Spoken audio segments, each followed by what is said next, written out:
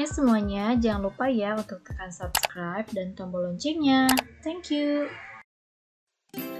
Nah, di video kali ini saya akan membahas untuk mata pelajaran akuntansi keuangan.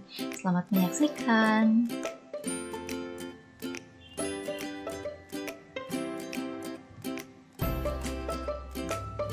Assalamualaikum warahmatullahi wabarakatuh. Selamat pagi anak-anakku. Kali ini kita akan membahas mengenai akuntansi keuangan. Kita akan belajar mengenai bab 2, yaitu ada kas kecil sistem dana fluktuasi. Kemudian apa saja sih materi pembelajarannya? Di sini kita akan mempelajari yang pertama ada kas kecil sistem dana fluktuasi.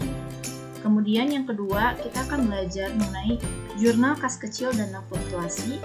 Dan yang ketiga, apa sih sistem pengawasan kas kecil? Nah, kemudian ada metode pencatatan kas kecil. Di sini terbagi menjadi dua. Yang pertama ada sistem impress atau dana tetap. Yang kedua ada sistem fluktuasi. Untuk yang pertama, kita sudah membahas minggu-minggu kemarin, yaitu mengenai sistem impress atau dana tetap. Sedikit Ibu akan mengulas kembali mengenai sistem impress itu.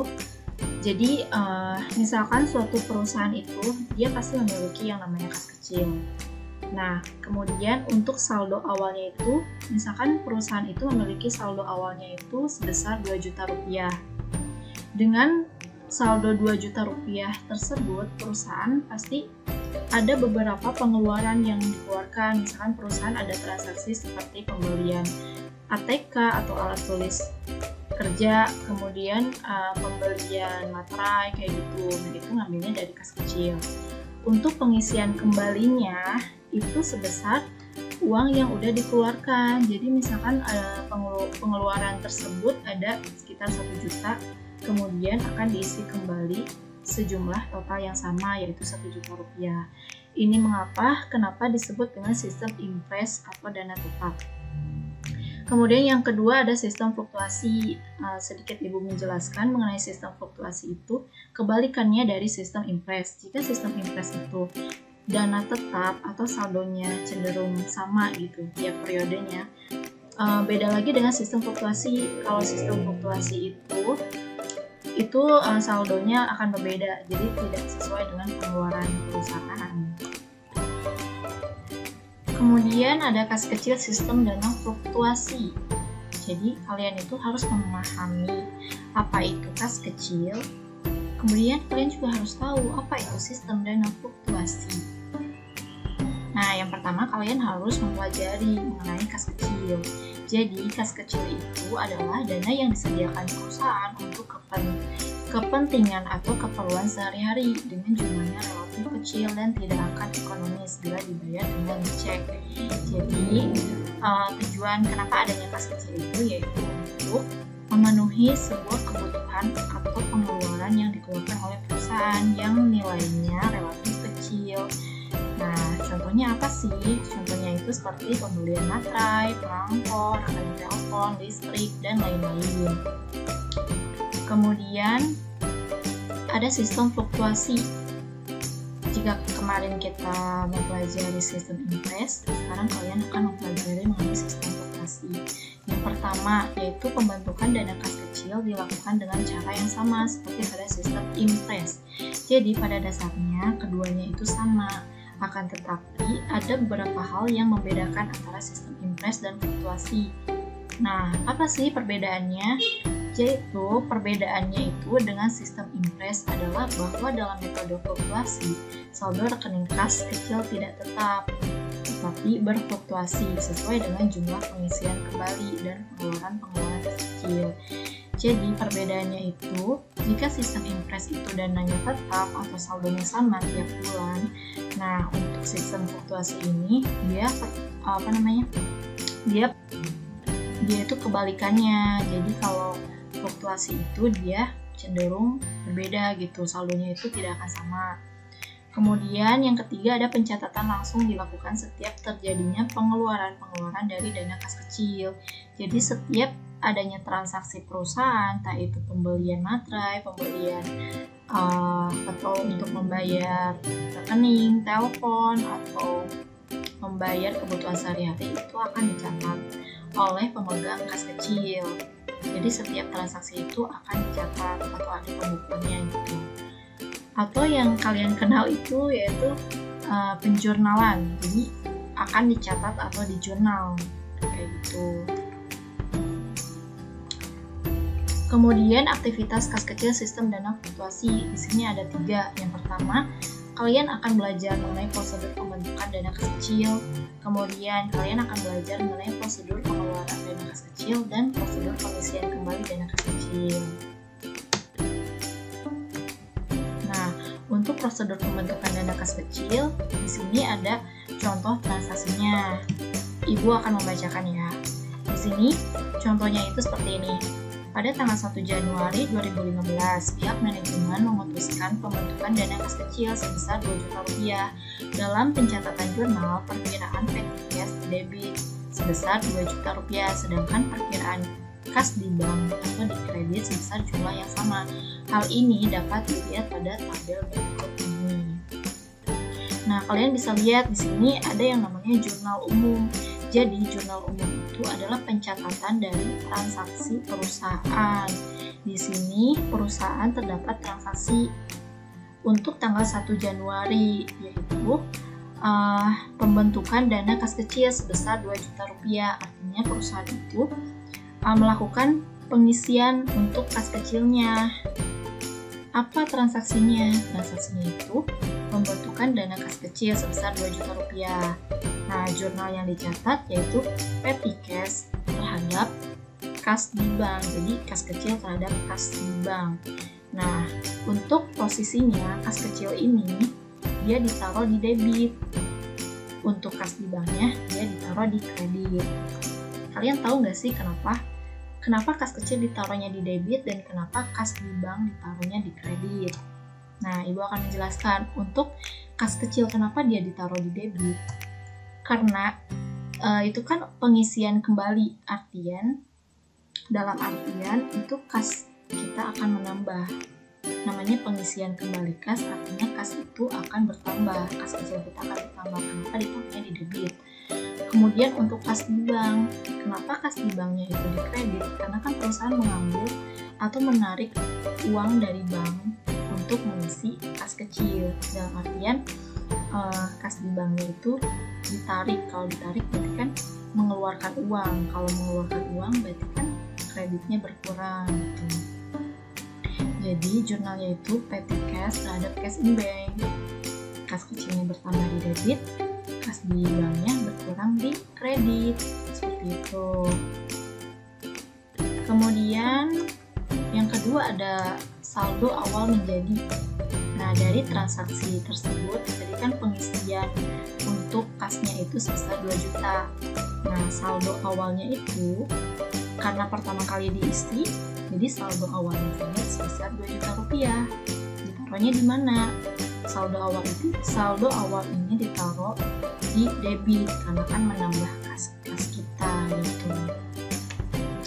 Kemudian untuk prosedur pengeluaran dana kas kecil. Nah, contohnya itu pada tanggal 10 Januari 2015 terjadi transaksi pengeluaran dana kas kecil untuk membayar beban perlengkapan kantor sebesar 200.000. Kemudian ada transaksi lagi tanggal 15 Januari 2015, perusahaan membayar beban reparasi mesin kantor sebesar 150.000. Dan tanggal 15 Januari 2015, pembayaran beban gaji petugas kebersihan sebesar 1.500.000. Dalam pencatatan kas kecil sistem dana fluktuasi, selalu diadakan pencatatan jurnal untuk pengeluaran tersebut di atas. Hal ini dapat dilihat pada jurnal berikut ini. Nah, kalian bisa lihat ini untuk pencatatan pengeluaran kas. Nah, pencatatan atau kita bisa lebih mengenalnya dengan jurnal umum. Jadi pertama kalian memberikan tanggalnya gitu kan, di sini ada tanggalnya, terus transaksi, ada perkiraan debit dan kredit. Untuk tanggalnya itu disesuaikan dengan transaksinya. Di situ ada transaksi tanggal berapa. Kalian bisa lihat pada tanggal 10 Januari. Nah, kalian tulis di situ Januari tanggal 10.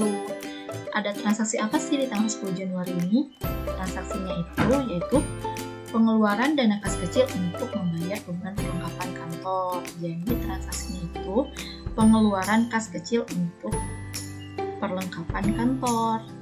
Nah, jurnalnya apa? Jurnalnya itu perlengkapan kantor atau office supplies terhadap petty cash atau kas kecil. Untuk posisinya kita taruh untuk perlengkapan kantor, kita taruh di sebelah debit karena perusahaan kan telah membeli perlengkapan kantor, dalam artian perlengkapan kita bertambah, nah itu di debit. Kemudian petty cash atau kas kecil kita taruh di kredit. Kenapa kita taruh di kredit? Karena kan perusahaan mengeluarkan uang untuk membayar perlengkapan kantor, jadi kita taruh di kredit. Dalam artian kas kecil kita akan berkurang sebesar 200.000. Kemudian untuk tanggal 15 Januari, transaksinya apa di tanggal 15 Januari itu? Nah, transaksinya itu perusahaan telah mengeluarkan kas kecil untuk maintenance dan repair, yaitu sebesar 150.000. Jurnalnya apa? Jurnalnya itu yaitu maintenance terhadap petty cash. Nah, untuk mesinnya itu kita taruh di debit sebesar 150.000. Kemudian untuk petty cash-nya juga kita taruh di kredit sejumlah yang sama, yaitu 150.000. Nah, kenapa kita taruh di debit? Sama kayak yang tadi untuk office supplies, karena kan menambah perlengkapan kita gitu, menambah di debit. Ini juga sama untuk maintenance juga, karena kita sudah membayar reparasi mesin kantor, jadi kita taruh di sebelah debit sebesar 150.000. Kemudian di kreditnya ada kas kecil, jadi kita sudah mengeluarkan untuk pembelian untuk pembelian reparasi mesin kantor tersebut. Jadi setiap kali kita ada pengeluaran kas, otomatis itu kasnya kita taruh di kredit. Setiap pengeluaran apapun itu kita taruh di kredit, ya. Jadi itu yang membedakan debit dan kredit. Jadi kalian harus tahu penempatan posisi untuk setiap transaksinya. Kemudian yang ketiga yaitu pada tanggal 20 Januari, transaksinya itu pengeluaran kas kecil untuk wages.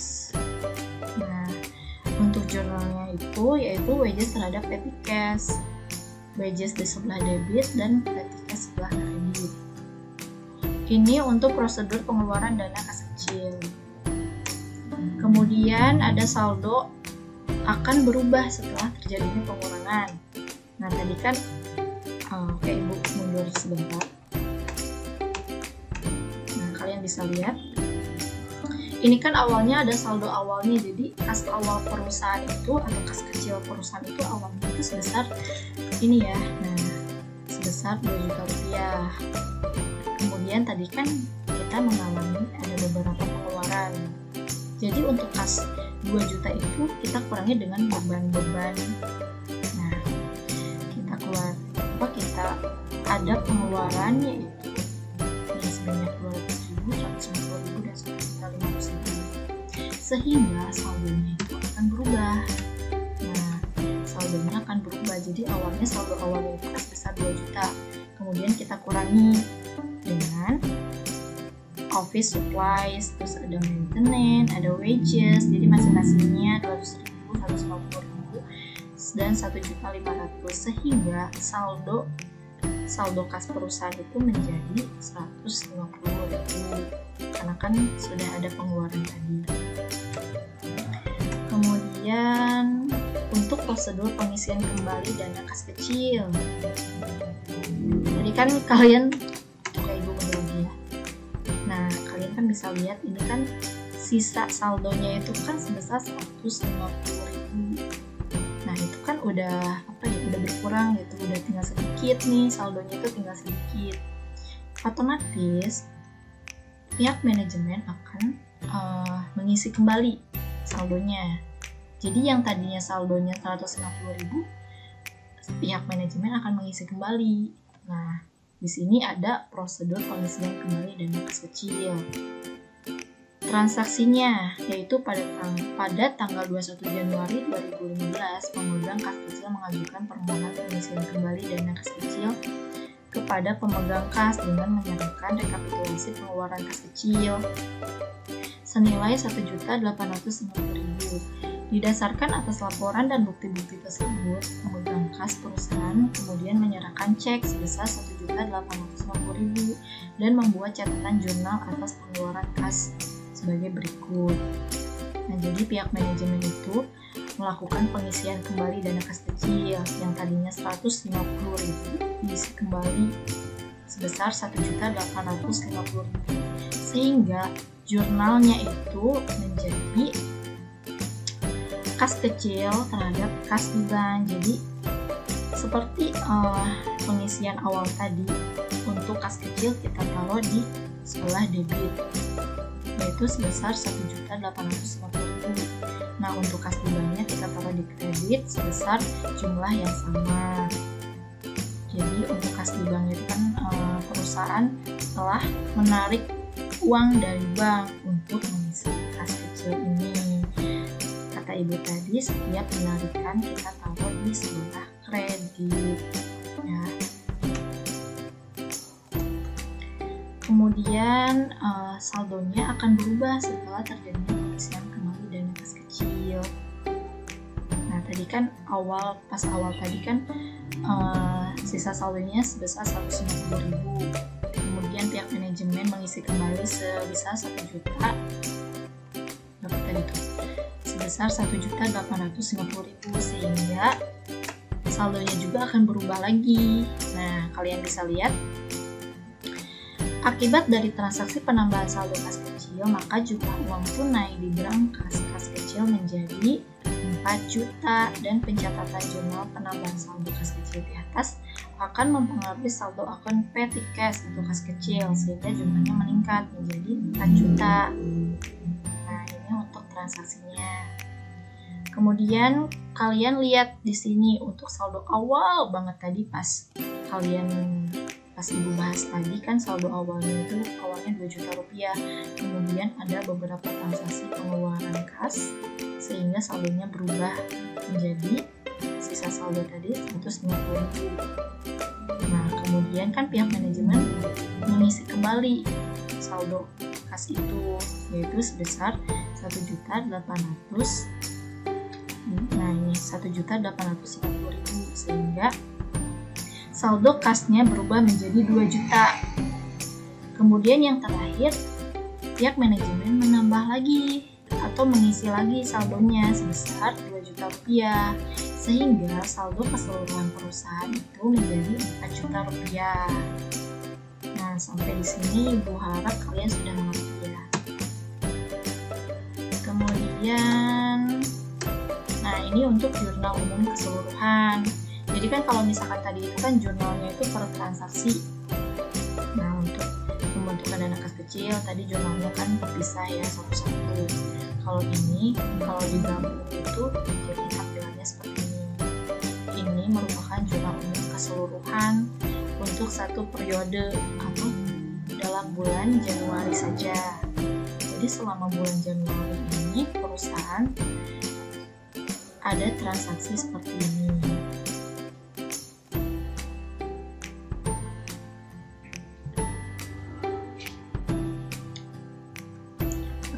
Kemudian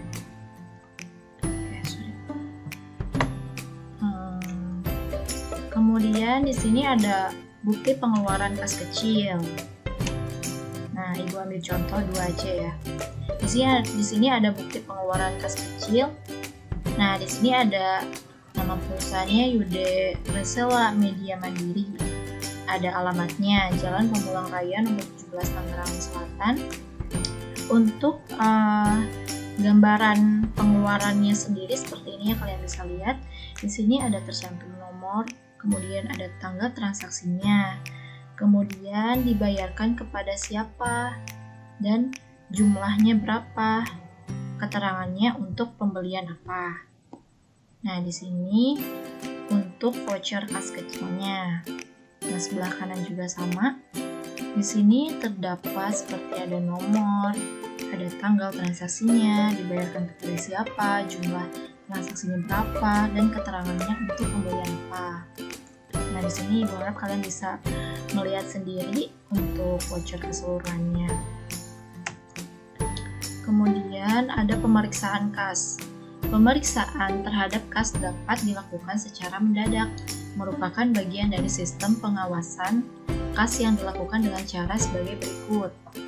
Yang pertama, mengadakan verifikasi terhadap catatan dan cek yang terkait dengan pengelolaan kas dalam periode tertentu. Jadi, nanti untuk pemeriksaannya itu akan diadakan dengan tujuan memverifikasi terhadap catatan dan cek yang terkait dengan pengelolaan kas dalam periode tertentu. Kemudian yang kedua, mengadakan pemeriksaan kas secara fisik. Jadi nanti untuk audit internalnya itu akan mengadakan pemeriksaan mengenai kas kecil perusahaan. Jadi